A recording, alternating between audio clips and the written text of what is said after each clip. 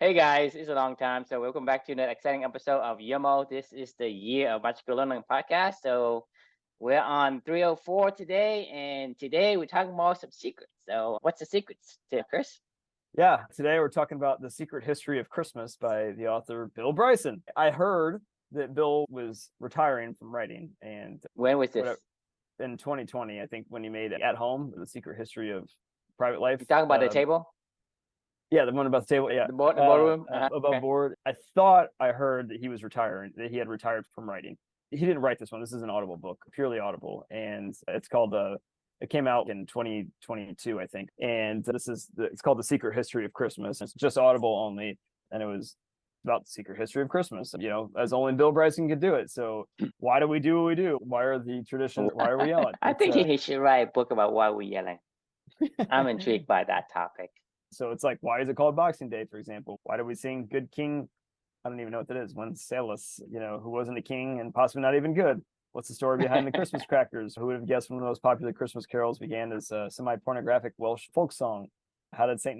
Nicholas, a bishop from the dawn of Christianity, turn into a plump old jolly figure named Santa Claus, flying a sleigh and living at home in the North Pole, right? I mean, these are all things that we just take for granted. So this is what this book was about. It was really interesting. It was pretty short, but it was, and Bill Bryson-esque form. You learn a ton and you don't remember anything. I don't know that I can remember anything other than it was an enjoyable book. But yeah, so this one made me think about Grandma's cooking secret is the reflection title, and I'll explain here in a second because, this is actually a story that you always tell.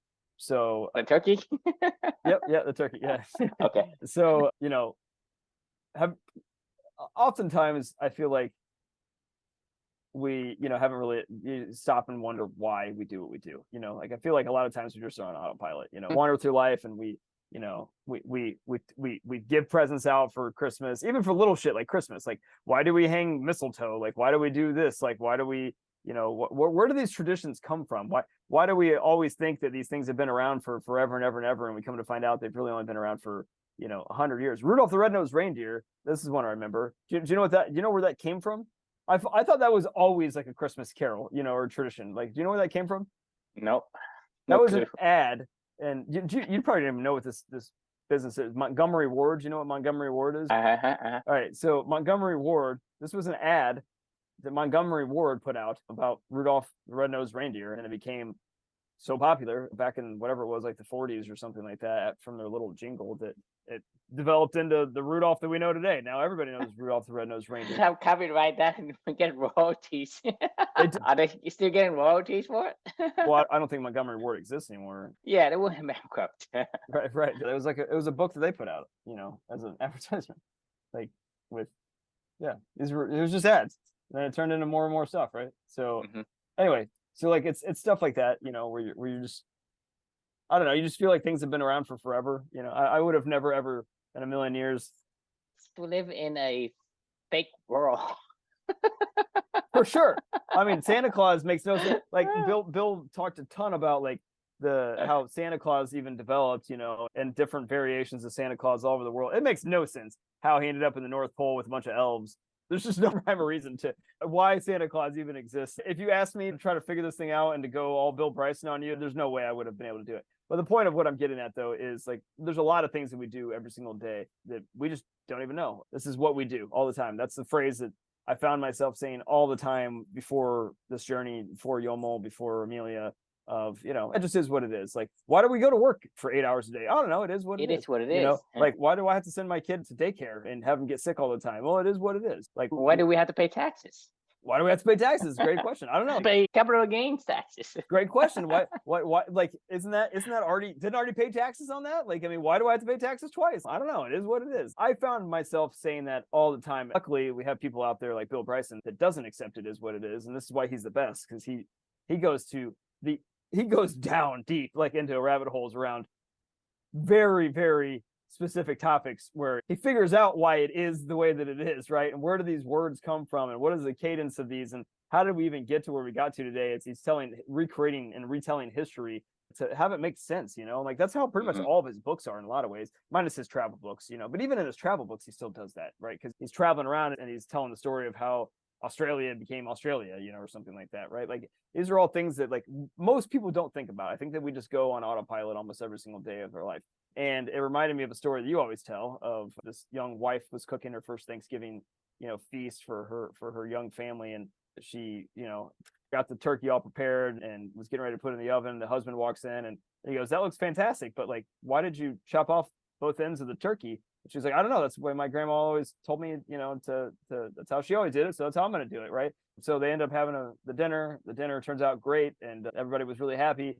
She sees her grandma the next week or whatever it was. And she comes over and is excited to tell her how good she did it with the recipe. And she's like, by the way, why do we cut off both ends of the turkey?" And she goes, "Oh, it's because my oven was, too tiny or whatever. And I couldn't fit it in there initially." And, it's shit like that where you're like, "Oh, that's how grandma does it, right? Like, this is what we do." There's a million things like that you don't even think about. Like, where are the origins of where some of these things start? Mythology, religion, things that we just do every single day of our life. Nation states. How did we get to the point in time where imaginary lines are drawn all over the world and we have nation states? When did that start happening? Like, where did the stock market come from? How do you know when you won in one nation versus the next nation? It's how like, do you? Like, this is science. And okay. I shit you not. We were driving to that tennis tournament in Cincinnati a couple weeks back. And I remember crossing the border from Indiana into Ohio because the tournament was in Mason, Ohio, like a suburb of Cincinnati. And I joked with my wife. I was like, "Do you think a squirrel, when they see a sign that says "Welcome to Ohio," they're like, what does that mean? Like, where did I just, I'm right here and then I was right there. Like, these are all new laws." I mean, you can say the same thing about the squirrel because you look at the squirrel and say, "Hey, okay, which one are you and which tree is yours?" Exactly. How do you Exactly. know? How do you know your tree extends to this part of the shadow or whatever? Well, and like, why do we just accept that? Like, oh, we crossed this imaginary border, totally different laws, totally different customs, totally different ways of doing things between Indiana and Ohio. It's like, "Oh, no, I'm from Indiana. No, I'm from Ohio." It's like, what do you mean? You guys literally, sometimes like Cincinnati, a portion of the city is in Kentucky, a portion of the city is in Indiana, a portion of the city is in Ohio, obviously. Louisville, half of the damn city is in Indiana, half the city is in Kentucky. Like Northwest Indiana, Chicago land area, there's 300,000 people in Northwest Indiana that call themselves Chicagoans. And we're like, "You live in Indiana." Like, I don't even understand. What are you talking about? They're like, no, but we're from Chicago. I used to get so mad at my friends that I went to Purdue and there's so many Northwestern Indiana people that come down from the Chicagoland area that go to Purdue because actually it's closer to that area than it is like, pretty much anywhere else. And they always call themselves, when you ask them where they're from, they say, "I'm from Chicago." And I'm like, "You're not from Chicago. You're from Like people Northwest from New Indiana." Jersey and Like, say, "Okay, they're from New York." exactly. Like, you're not from New York. You are from then- New and- Jersey. and then- Kansas City is in Missouri, And you're like, wait a minute, like that blew my, that'll fuck you up, like. I mean, should it call Missouri City? Out of Kansas. Because it's right next to Kansas, I guess. I don't know. You think of all these things that we do, and you just never really question, like, why do we do what we do, or how did this stuff happen, right? And like grandma's classic recipe is a great example of that. So the moral of the story for me, though, is I think one of the things I try to ban myself in my own mind is whenever I catch myself saying "it is what it is," like that's, I think, the trigger for me to go, "It's not is what it is." Like it's like, why am I just accepting this? Like, go figure out why it is what it is, and then I'll make the decision whether or not I want to accept that. But It doesn't have to be, right? Exactly. It could be something else. It could be anything else. You don't have to do that. The daycare dilemma that you and I have been arguing about for not art because you've been on my side, but I mean, been discussing. Right? We've been passionately agreeing upon. The funny thing about daycare is we think that that's just standard, right? That's table stakes for almost every single American in this country, like, that goes to work. Like, well, I have to go to work, so I got to take my kids somewhere. So, we have daycares everywhere, and daycares are now super expensive everywhere that you go. And it's really hard. There's an actual decision that a lot of families have to make of whether or not to send their kids to daycare or to keep working, because it's like, it could be a complete net wash. It could be literally every dollar you make for some people, pretty much all of it goes into the daycare. So you might as well just stay home with your kids and have fun and, and spend time with your kids, right? Well, like my that's son, how you get double revenue because the moms go to work to pay the taxes. The daycare could go to work and take care of the kids. These are wash, taxes. But they pay taxes, so the tax revenue come from two sides instead of one. It's mind blowing. Not only that, the second part that I always find fascinating about this whole daycare concept is like we drop our kids off somewhere So we can go somewhere that we don't want to be, so they can go somewhere that they don't want to be. Like, but this is what it is. It is what it is. And then not only that, we dump a bunch of kids that aren't from the same families or the same tribe, if you will, into some crazy ass environment where they're all coming from all different demographics and backgrounds and, whatever goes on in their life. Then of course they're going to get sick all the time. And everybody tells me, hey, it is what it is. And I'm like, it's not, it is what it is. Like our natural state isn't sick. Like, I mean, like, yes, we do get sick. They're like, no, it builds the immunity. It only fucking builds the immunity for that environment. Like, I mean, if any adult goes in there, they're going to get sick too, because it's not natural. Like it's a fucking forced environment that, like, even nature is telling us, hey guys, you probably are doing some weird shit here. Like, we shouldn't be shoving all these people that don't know each other into an environment. My point being is, whenever I catch myself these days saying it is what it is, before this whole journey, before Yomo, I just would have said it is what it is. And now I stop and I go, no, maybe there's a different path, and maybe I'll choose to take the same path that, I've chosen to keep Luca in daycare at this point in time for many reasons, and whatever, it doesn't matter. But I made the decision, right? Like, like as a family, we made a decision to that. It wasn't just like, well, this is what we do, like, no, like I made that decision, and I'm okay with that at this point in time now. But my point being is, like, whenever you catch yourself saying it is what it is, like, go deeper. Don't fucking take that as table stakes, and keep going and be curious and figure it out. Like, figure out if it is what it is for you, So anyway, I'll pause. Love to get your thoughts. Well, nothing it is what it is, because it's you. And I keep saying all along the journey is that you are unique. Don't listen to anyone, right? I'm not saying don't learn from them. Don't listen to them, because you cannot take their key, the key to success, the key to whatever, the key to health, the key to money, whatever. You cannot take that key, go to your home, and unlock your home with that key. It doesn't work that way. This is what I'm saying is, you have to take inspiration, but whatever you take from them is knowledge. But what you can take from them and translate into what you can use for you, that's insight, that's wisdom. So you have to make it your own. Whatever it is that you do, does it apply to me? So you're gonna have to do the evaluation every single time you take some kind of knowledge for yourself. Right. Knowledge that you take from other people will not work for you. It will not work for you 100%. You say, well, I see how he does it, but for me, I need to tweak this and that for it to work for me. You have said before that you are so unique that there is not a single person that is exactly like you before or until now. There hasn't been a person that's exactly like yourself. So that means that 400 trillion to even exist. Exactly. So that means that your path is your own. It is your own path. It cannot be another person's path. So you cannot take some standardized generalizations and say, okay, I accept that. If you do, I mean, you're going to trying to put a square peg into a round hole, and you're gonna. It makes me think about the Bed of Procrustes, right? You read that book, remember? Yep. Mm-hmm. Essentially, people remember what it is. It's like this Greek mythology, right? This rich business guy has his bed, so he would invite travelers to his house, give them dinner, and then put them to bed. If you are shorter than the bed, he'll stretch you to fit the bed. And if you're longer than the bed, he'll chop your legs to make it fit the bed. So that's like, meaning you are putting a square peg in a round hole. Something is gonna get chopped off. You cannot live your life that way. You cannot. Do not take anyone's advice as is.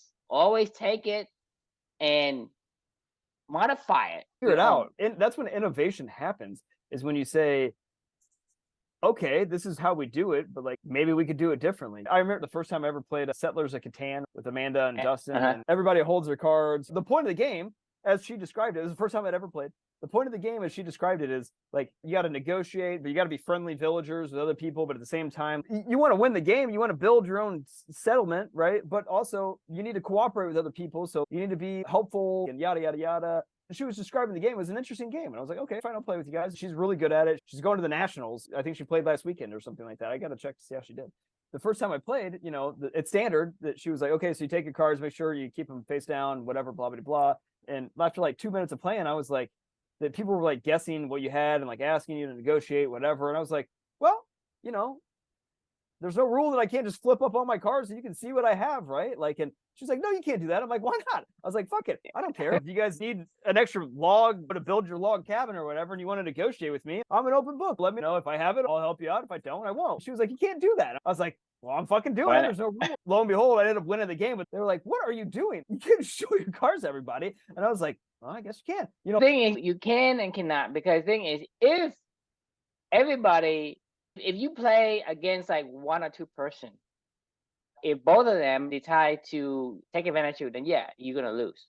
But because there are so many people in the game, it's dynamic. They can say, well, even if I know what Chris is, I can't really take advantage of him because someone else I still have to protect myself from other people taking advantage of me based on what Chris. So it's so like I say, in a dynamic, wicked environment that we live in, the variables that we have to play with are like vast, right? I'm talking about thousands of variables versus like even in Catan, how many people play in the game Catan? Exactly. So there's only 4 people and only 1 people share. That means 3 other people are still competing with each other. So they cannot all take advantage of you. They go against another, but they're going to use you as an ally. So basically from there, you are left alone as an advantage. Yeah. Just like when World War II happens, right? They didn't touch the US until Japan stupid wants to take over the US and bomb Pearl Harbor. But the US, we say, hey, no one touch it. Man, nothing happens to you, no damages to your country. I mean, other people are losing left and right. This country isn't. So you stay out of it. That's why we have so much of these advantages today. But you talk about 4, and even then, they can't decide how to negotiate, how to be like commonly like to get together to take advantage of you. But then because then even if they beat you, right, they can't win the game because there's 2 other people. I mean, it's a really weird game. Even in that combo, four variable combo, you can't even control. So imagine you have 4,000 variable. How can you control that? So you think life, right? Life is like that. So that's why to me, we are saying in company, we're gonna give you a living wage, and we're not asking anything in return. And I guarantee you, because we live in a dynamic environment, people are not going to take advantage of company because there is so many. The thing is, you think about it, if the government or if the world gives people a living wage and they don't have to go to work, they can do whatever they want, whatever produce they make from their hobbies, it's going to be the product of the country. To me, that's going to be much better than the one we have right now. Because the thing is, like I say, I guarantee you that you cannot do nothing. That means you can go play tennis. Oh, if you play tennis, can I put a video and record you and then use that to make money from? So you're going to make money for government regardless of what you do, because you're going to do something you like, and you're going to be driven to do something you like. You can go, hey, I'm going to go fishing. I'm going to grow the grass. Geography. Remember when in Iceland, 10% of the population writes a fucking book, and you're like 10%. Do you know how many people write a book in America? Percent of the population? I don't know, but it's probably like 1%. I don't even know. It's probably like 0.001%. Like how many people are published authors in America? 54,000 writers and authors, published authors. Between 1 and 2%. Yeah, there's 10 to 15, I think, percent or something like that in Iceland, right? Like, and you're like, wait a minute, are they just better writers? Why is there such a massive boost? Well, because the way that America works is you got to go to work and you don't have time to write. Because you got to go to work to feed the machine of all the other things. Writing is put on the back burner, and they're like, they even invented daycare so that you don't have to stop working. Can you imagine, like? I mean, that's how you get double tax revenue. Well, that's almost everything that we do. It never has made any sense that we have to go away for work, right? It's like, why do we need to drive an hour and a half to go to? As the suburbs even got bigger and bigger, because people are like, I can't afford to live in these cities anymore to be closer to my work, so I'm gonna go move an hour and a half away and drive an hour and a half every single day in garbage traffic. I got to go pay for cars, spend 3 hours of my life yelling at people. It just is what it is. You complain about CO2 emission. If you worry about CO2 emission, stop telling people to go to work. Just work at home. Like, yeah, I mean, like, do you know the word husbandry? I learned this one in a short history of at home, a short history of our private life. Do you know what husbandry means? husbandry is like the work around the house, right? Yeah, I mean, that's that's why. what Yeah, that's what husbandry means. To be a husband means to take care of the fucking house and the property yep. and do husbandry things, like that's what it means, right? We were never really meant to like go travel hours away every single day to go work for 8 hours. I mean, like, how do you ever even have a family? Like, no wonder I mean, the people thing is, like, husbandry is like the work outside the house, and the housewife is like inside the house, kind of. right. That's the image I get when I hear the word. So it's not I like mean, your husband is like you do something grand. This is your stuff is outside in the barn, right? You go feed the horse, go grind this stone get mill, food, go plow the make field, sure the house is safe and go chop protected stuff. and That's right. husbandry, Yeah. right? Yes. That's all husbandry work.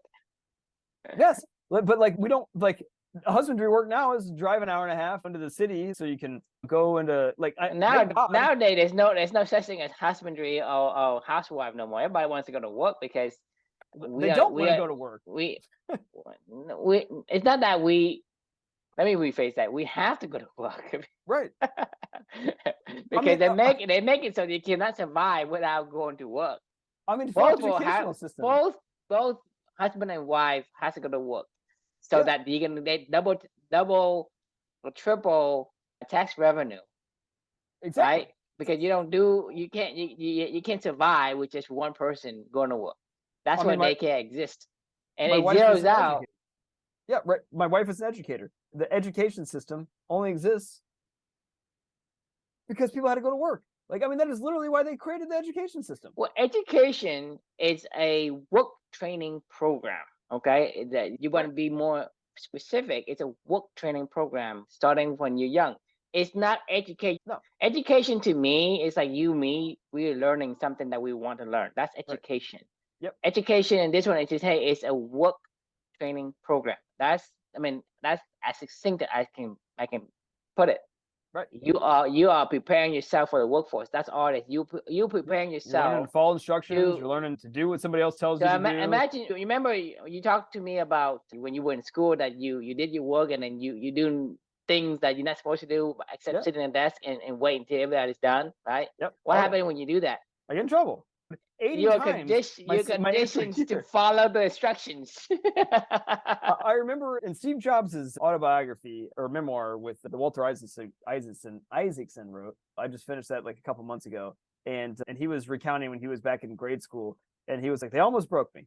He's like, "They almost got me." He was a countercultural kind of guy in general. He didn't do whatever anybody wanted him to do, and that's why Apple was the way Apple was. There's one teacher at one point in time kind of bribed him basically because she played to his values of competition and whatever. She didn't know it, but she did. And he was like, "Look, I already like to go home and learn on my own, but you're gonna pay me to do this stuff? Fine, I'll do it. No big deal. I'll easy peasy." So then he started doing work. He eventually he ended up liking school enough when he stayed with it, right? The funny thing was, I remember him saying the words, "They almost got me." They tried to bring me in and they just couldn't fully break me, right? But like that's kind of the point. It's like a wild horse, running a Mustang or whatever, where they want to run around and do crazy stuff because that's what we're made to do, and then we try to corral them into a nice thing so we can ride them and get Yeah, and get put them milk out to of them. grinding the stone, do husbandry Right, stuff. exactly. Like some of them just go easy, some of them don't. It's not is what it is. And then eventually you become Sherman. Exactly. Like yeah, and I exactly. I can relate to that because I think they broke me in a way because when I was younger, I was in Vietnam until I came to the United States at 10 years old. When I was younger, I basically have this ODD, and you know what ODD is, Yeah, right? right, Order right. defiant disorder, right? No, So oppositional. defiance disorder. So Yeah, I oppose everything. right. And then when I came here to the United States, right, I got into fights every day. And one day, like I say, in Vietnam, I was the worst kid you can ever have, like in your class. Like I was a troublemaker. I don't listen to you. I have, like I say, ODD. I I'm that kid, right? I don't learn anything anyone teaches me. That's a good thing and a bad thing. I mean, it's a Right. good thing because I didn't learn anything of the bad stuff. Yep. It's a bad thing if the teacher teaches something good and you didn't learn. But nonetheless, fortunately for me, it's a good thing that I didn't learn the ways of the communists. So I didn't learn it. And so when I came here, I get into fights, I get into trouble, and I put my parents in pressure because your kid can stay in school. You have to go pick them up. And so they're working 2 jobs, and I'm being the troublemaker. They have to grovel the boss to let them go to the principal's office and go to the hospital because I broke my arm, blah, blah, blah, and all that. So that put me into a bind. So I become this obedient person from 6th grade onto 12th grade. I have perfect attendance. Right. I was in a way was handcuffed into this institutions of training program. Then when I get to college, right, I start to continue, but then eventually it broke, and I say, well, fuck, I can't take this anymore. So Right. basically, I get to the point of collapse, and it's like back from the dead, kind of like, and that's why you and I came, face to face. And, hey, look, I don't want this life. This life to Right. me is ain't worth living. And so You accepted it. You accepted it is what it is, and you're like, look, if that's the way that it is, the best. it happens Right. when you Right. accept what is. Right. I'm listening to this book right now. It's called Rework. Have you ever heard of it before? Yep, I heard of it. I haven't read it, but I heard of it. It's pretty good. It's a really short, fast read. It's by the people that created Basecamp, the product Basecamp or whatever. The first chapter was a thing called, sorry, I'm going to sneeze. Sorry. That's true. The first chapter was this thing he called takedowns. First one is ignore the real world. Basically, people pretend like the real world doesn't exist when they're starting these businesses or whatever. And they're like, well, they pretend like reality isn't there. And you're like, no, reality is there. It's just, you got to actually recognize that it's got to be a profitable business. Or one of the other takedowns is, learning from mistakes is overrated. So like the whole fail fast mentality of Silicon Valley, we've talked about this all the time. It's not fail fast, it's learn fast, right? It's not like nobody's trying to fail. Like nobody goes like, but honestly, VCs do want you to fail. They're like, look, we invested money into this. We don't want to keep investing money into it. So either figure out if you're a flop or you're somebody that's going to be a unicorn or not really fast, because that's really what they do want. They want you to fail. Like they want you to just. But the thing is, it is what it is, and this unicorn investors or whatever, it is what it is, because right. I don't care. I don't fucking care what kind of blueprint that you follow. Your investment is still 1 in 20. Yeah, so it doesn't matter if you fail fast or you do, blah blah blah, whatever. It's still a fucking trial, like randomness, right? You say, well, I'm going to put a lot of seeds in, and then I'm going to see which one grows. And so that's what you're doing. So all of this like spill about fail fast or whatever, it's nonsense. It's stupid. To me, you got to do what you love to do, because regardless right. of you get the return, you already got the reward you needed. Because if you say, hey, I love to play tennis, whether or not I get paid for playing tennis, right? Okay. It's a gravy on top. Great. Yeah. Like, and you say, hey, if you talk about Steve Jobs, hey, I really like to learn from home, right? And you want to learn from home, okay? And you pay me for that? Oh, it's good from top. You don't need to get paid to even doing it. You just happen to get double, double dipping. And so it doesn't matter whether you fail fast or whatever. If you don't like what you do, there's no insight, because your brain blocks you from processing and analyzing anything. But exactly, if you like what you do, did I hit that backspin a little bit too much? Did I have like a 46-degree angle, or did it 45.5 or 45.25? Like, I mean, that excites you. What the fuck? You know what I mean? Yep. It excites you versus like if somebody doesn't like tennis, that's the boringest thing ever. How the fuck do you calculate how much spin you put on a ball?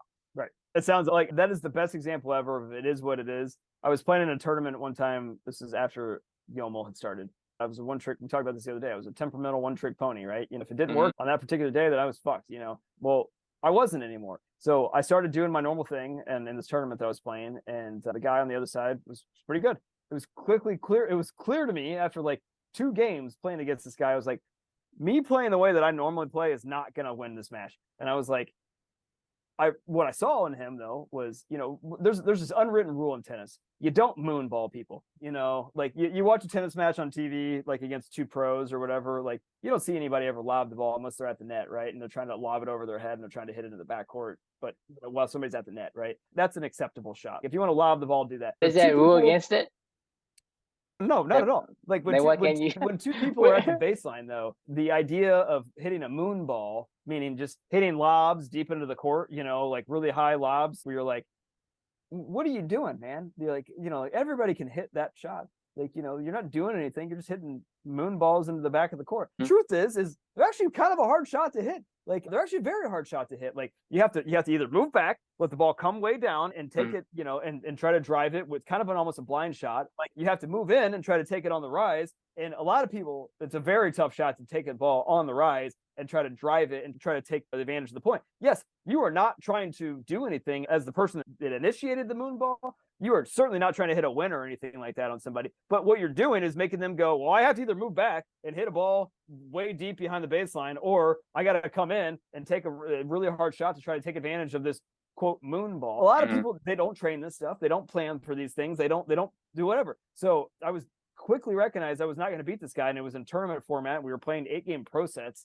So it was a quick match. So I didn't even have like 3 sets to try to just grind them out, you know, and try to figure out how I could play my game, but then like wear them down or something like that and see how it goes. So I said, fuck it. I got to try something completely different. So I just started hitting moon balls deep in the court the entire time. And the guy couldn't hit a fucking ball back. And like, I ended up just easily winning the match. Like after, you know, I think I won the next like 5 games in a row or something. People forget you can hit the ball as high as you want, as long as it goes over there. Hey, why can't I show people? Is that against the rule? So I'm ashamed to admit this, but my second serve, I have an okay first serve. I could probably hit it like 100 miles an hour or something like that.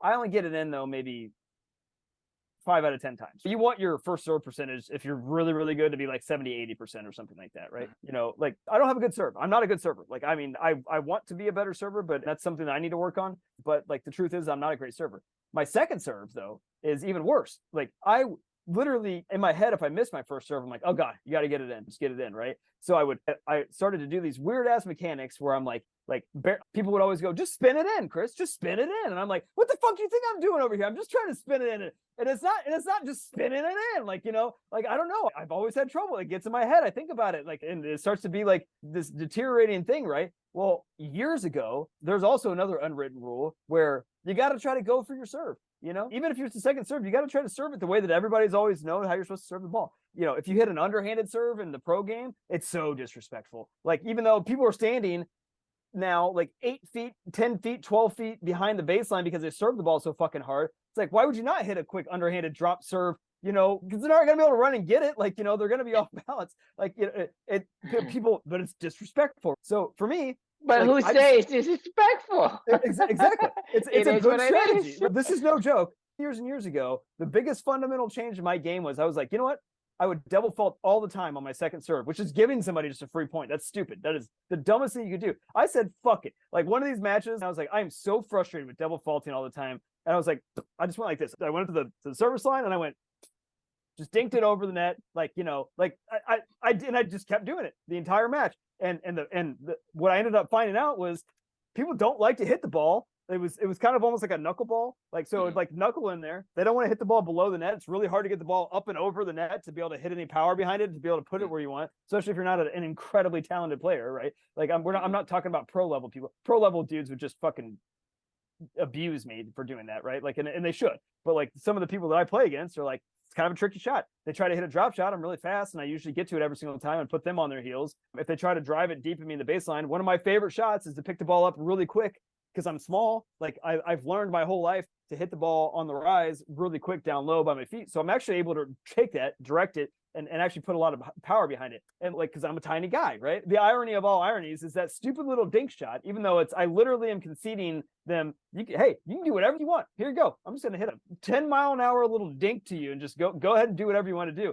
Almost every single person like struggles with that, where they hit errors off it all the time, or I get to hit winners off it or whatever. At a certain point in competition levels, like I can't do it all the time, but I always start off with that no matter what. Now, like I start off with my second serve. I'm like, I'm not going to double fault. Here you go. I missed my first serve, whatever. And if they show me that they can beat that, you know, and they can not allow me to do what I'm going to do, because why would I not do it? Like, I don't need to hit. Why do I need to risk hitting a second serve that I'm not great at, you know? And like, my point being is like when you get stuck into situations, no coach would have ever said, Chris, just fucking literally dink the ball in. They would have been like, go back, go, you know, hit 500 million new serves, like, you know, train, like, you know, push yourself, like, you know, even if you're hurting your body, like just figure out how to hit this shot. And like, to be fair, if I ever want to make a leap, a gigantic leap in my tennis game, I have to get past this stuff where my serving needs to become more consistent and effective, right? But like, if the person doesn't, I'm going to play to my competition, right? Because If they even can't, if you are a professional and you can discover the weakness of a opponent, you can use it. do Why it. can't you Like, use it? I mean, you're talking about really? David versus Goliath, right? Yes. So then you think that David was lucky? I mean, David is No. not lucky. He knows that, hey, Goliath can't see shit, Right. right? Yeah. And And he I mean, can't move fast. David saw his weakness, and that's Right. the reason why David beat Goliath. Not because David is trying over, the giant, blah blah blah. And no, that's just a bunch of BS stories, right?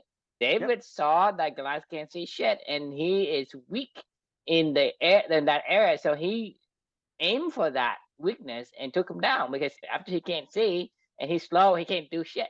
And so he wins because he understands his strengths and the opponent's weaknesses. So even if you're in a professional and you know your guy can't do it or that his worst, you play against your opponent's weakness versus his strength. If he has a tremendous first class forehand, don't hit to his forehand. Right. Yeah. Right? Don't do that. I mean, to me, that's just dumb. But you say, oh, this is professional. Who fucking care about professional? Right. Is there a rule to say I can't do that? If you say, hey, I can't do that, it's just because you just do whatever people expect you to do. And to me, you know better than the rest of the people. Say, why should you stand out if you do exactly what everybody else does? How can you be different if you do the same thing as everybody else? You think about the oxymoron on that thing. Yep. Right? You cannot be different if you do the same thing. Whenever you find yourself saying it is what it is, that should be the trigger to go, oh, okay, well, I could actually, if I stopped and thought about it and figured out why I do what I do and think about how to do something differently, like you could have a blue ocean strategy all day, every day.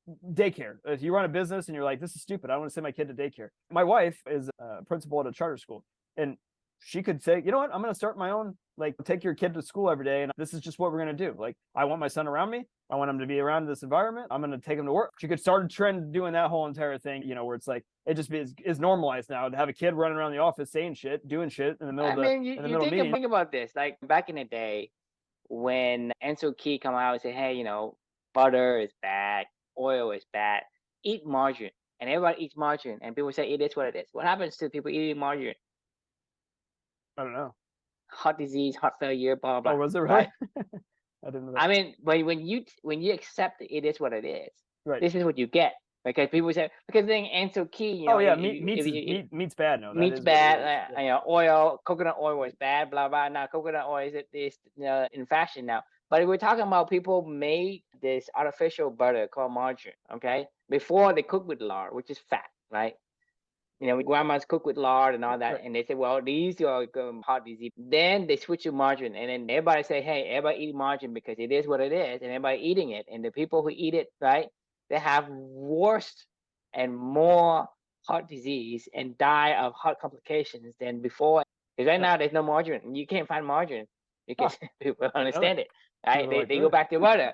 But you have to understand, if you buy into the it is what it is concept, you are basically in a gutter along with everybody else. So it's not only that it's harmful to you, because anyone can take a narrative and push it towards whatever gains they want to get, because they need people to buy a certain brand of food or whatever, and they can create, just like Rudolph the Red-Nosed Reindeer, right? It's just made up. There's no real story, but somebody made up as some sort of an advertisement. What's the purpose of Rudolph the Red-Nosed Reindeer? It is to sell some more shit. So you're talking about people say, hey, don't eat this or eat more of this. What is the purpose of saying that? To sell more shit. Right. Right? Yeah, agenda. So it's your health and it's you who's paying for somebody else's narrative. Yep. And if you buy into this, you are so much gullible for them to take advantage of you. And it's not fun. So you think about it.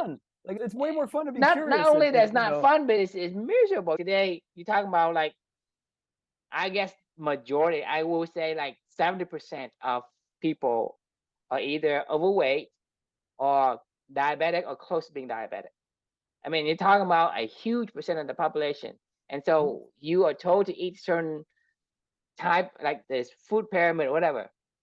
That is what got us here. And so if you continue to eat a food pyramid, you continue to go and eat McDonald's, and you continue to eat whatever was prescribed to you, this is what you get. And so you say, well, diabetic. Well, until you become diabetic, you're gonna understand. Until you have like hypertension, high blood pressure, and all these chronic disease.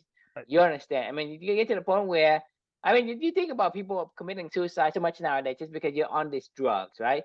They're in depression because they have this imbalance, especially for women who are on like a lot of the vegan diet. They don't have enough nutrients. They have a chemical imbalance. And because they have a lot of emotions, a lot of hormones, right? They need to balance. And without the proper minerals and vitamin, they here have hormone imbalance and they have this depression. And then they take depression medication, antidepressant medication, that makes it worse. It just spiral downward. And you think about it, you're paying for this narrative with your own life, Right. with your own suffering, with your own misery.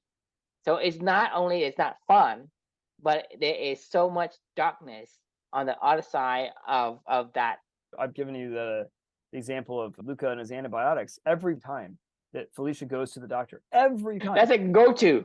It's the first thing they're like, well, you just take some antibiotics, you know. And I'm like, what the fuck? He went perfectly healthy the other day. And they said, oh, it looks like his ear is a little inflamed. If he continues to get ear infections, we should probably put him on a course of antibiotics. And then he has to get like tubes in his ears. You know why he has an ear infection? Why? Daycare. Yeah, he never had ear infections ever his entire life. I see all these kids now with like tubes in their ears or whatever, like getting tubes, and you know, you hear, oh, they got chronic ear infections. Well, why do you think they have chronic ear infections? Like, do you think they're just born with chronic ear infections, or you know, maybe it was the fact when they were 2 months old, we threw them into a fucking daycare and they started getting sick, you know, with all the other fucking babies and never got a chance to heal, and then we just kept pumping more antibiotics into them, more and more antibiotics into them. They can never figure out how to fight off shit, and all of a sudden, oh, hey, your ears are all fucked. We should go get a surgery and put a tube in your ear. I'm not saying that this is the kid's fault or the parents' fault or whatever. Everything that we do, it is our own fault. Yes. It is your own fault for not knowing. Okay? You are the one that either accept or reject or learn or figure it out for yourself. Right. So I'm not saying that everybody is going to be perfectly and flawless about it, but at least you know, hey, do I understand this? If I don't understand this, can I figure out what it is? Because you have the faculty to do that. God gave you that faculty. Yep. You're just not using it. Right? Like I said, you are 1,000 times better than ChatGPT. And if ChatGPT can take like random shit and then give you a patterns, you can do it 100 times, 1,000 times faster than it can. Okay? And the thing is, you think about what God made you and what a man made ChatGPT. So you think about it, you are discounting yourself so much that you left the tools unused. So you have the faculty that God gave you, this powerful brain. Not only one brain, but 3 brains. Right? You have 2 here and 1 in the stomach. Right. You have 3 brains, right? And you probably can say I have 4 brains too. There's a medulla and back there. It's also counted as a brain. Mm-hmm. Like there's this medulla, the midbrain, and 4 brain, right? So 3 brain in your head and 1 brain in your stomach. You have 4 brains. That's 4 fucking ChatGPT right there. And if you are impressed and wow at ChatGPT, you should be impressed and wow at yourself. That's true. You have the ability. So the thing is, you think that, hey, you know, I looked at one thing, I have no idea what it is. Keep looking at it. You don't need to do shit. Just keep feeding yourself this information. Right. Eventually, it'll figure out a pattern. Yep. Because you feed ChatGPT different things, eventually they found this pattern, right? You give ChatGPT millions of data points. You only need like 5, 10, 11, 100. Okay, let's say you spend 100. Okay, I want to buy a fucking house. Okay, go look at houses. Go look at different things. I guarantee you don't surpass 100 different set of data before you say, well, this is the house I want, blah, blah, blah, everything. You want a vacation, you want to play tennis, you want to whatever that interests you, and you want to answer to it. And to us, we have the gene of desire to discover and to explore. And that desire, as long as you ask the question on yourself, you would want the answer. You'll figure it out. Yeah. That's why when we watch a movie, the suspense is really killing us. I don't care how mundane the story is, as long as you keep it to, hey, I give you an idea. I give you a question. All right. I pose a question. You're gonna have to figure out what that question, even if it's as stupid as something, you know, very dumb. You want to know. The best books ever is they start with a question. Like pose yourself a question. this book is why do we do what we do? Like for Christmas, I want to know, Bill. Tell me. Like let's go down this journey together. That is Bill Bryson's secret. He starts off with the question of like, okay, why is our dining room the way that our dining room is? You ask me why ballroom is called ballroom, right? I mean, if you don't tell me, I'm going to look it up because I need to know. Right. I mean, regardless if it's as, hey, what do I need to know the answer to? Why is the ballroom? As long as you pose a question yourself, your mind is going to want to explore and figure out that answer. So all you have to do is when you ask the question is, do I need this antibiotic? What it do to me? If you ask the question without accepting, the problem today is we keep accepting exactly what it, and the problem I see today is making worse and worse is whatever I say, right? You, one, regurgitate exactly what I say, or two, you regurgitate part of what I say and take completely wrong. And then three, you take parts of what I say and put them together. It makes it even worse, right? This is what I mean. People do. It's like, oh, I like this, I like that. Oh, I like that person. Oh, that person is guilty. The other person's not guilty. Oh, the world is like, oh, global warming, this and that. Are you causing it? Blah blah blah. It's like, did you research or you just repeat someone else's words? That's a really good one, actually. Okay, fine. Like, is it bad? Like, I mean, is it bad? Like, I mean, is it even bad? Nobody's ever said that. It's warm because that's why you're still in the ice age. This is what I'm saying. It's like, is it even bad? Oh yeah, well the polar caps are melting. Okay, is that bad? Well, like I said, okay, is that bad? We started with the ice age. If the world didn't start to warm up, you'd be still living on an igloo. Exactly. Like, so I'm not even saying that they're okay. Let's agree. The climate is warming. Like, who caused it? Like, I don't know. It is what it is, right? Like, we could go back and argue about who caused it, but let's talk about what's going on going forward with that. And we don't actually have to talk about it. But the question that nobody ever takes to is, the thing is, people say that the cow poop causing global warming. The cow poop. Right. They say, hey, the cow poop creates methanes and it goes into the atmosphere and it causes global warming.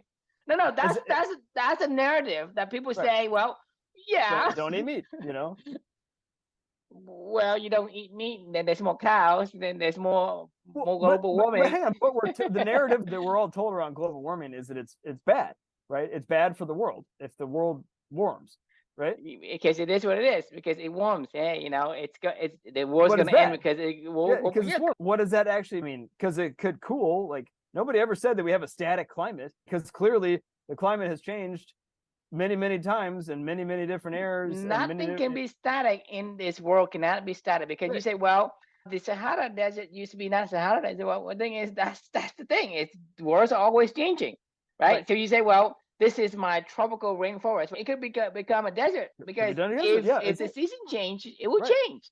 And that's the point. Is we live in a dynamic world. You can't expect to be everything stagnant. A river cannot have stagnant water. It has to flow. It has to flow for it to have this fresh water. It has to go because without the flow, you can't use it, right? Without the flow, the bacteria and the critters can't use it because they need to eat whatever that's in the river to make it clean, right? And so the ecosystem, so you cannot say, well, everything can change. Then you don't change. Right. Well, you want yourself to change, but you want everything else to be constant. How's that logical? I think the point of the matter is, I think the narrative that we all hear is we just accept narratives and then we keep going. We accept the narrative of Santa Claus. I got in the room right behind there, there's 9 boxes filled with Christmas shit and Santa Claus stuff that comes out every year, and never once in my entire life have I gone, why the fuck do we, this is just like, why do we do this? I've never once asked that question in my entire life. I'm not saying that I could still go, I still enjoy it and it's fine, but at least I can go, oh, all right, that makes sense why we eat this at this time, or we use this for this, or at least I can have agency over my own decision making. I mean, well, if I want to eat a fruit cake, I'll make a fruit cake. I don't have to wait. Exactly. If that's your cake of choice. I'm gonna wait for the right occasion. We got to put a pin in this one because we're officially way over time because we can keep going all night long. So let's put a pin here. The question we can leave everybody with is, when was the last time you stopped and asked why we do what we do? Pros and cons, right? The what you do. I told you about the dark side of what you accepting what it is what it is. Right. So be aware of what you take in. Not everything you need to fight everything, but like some of the stuff you should, and find the stuff that matters, that you want to fight. and go, wow, well, that doesn't make a whole lot of sense. Like if I wanted to go revolutionize the daycare industry, like I would. I don't care. I mean, same thing with Santa Claus. Right. Okay, I don't really care where it came from. Somebody made it up. Yeah, right. Yeah. Rudolph Red-Nosed Reindeer too. And if that's your jam and you want to go fix the whole narrative around Christmas, then go for it. Fix it. Like I don't care. I mean, it's not mine, but ask the question and then make the decision whether or not, once you have information, whether or not it is worth your time to go recorrect that blue ocean strategy, with the new blue ocean strategy, right? Like we're asking that question with Clubany. Like, why is the working life the way that it is? It shouldn't be this way. Like it should not be this what it is. In our view, this is our blue ocean that we said, well, it's not, it is what it is. You don't just have to do one job at a company. And if it doesn't totally fit you, that you should, just be fired, go find another job, or culture should die.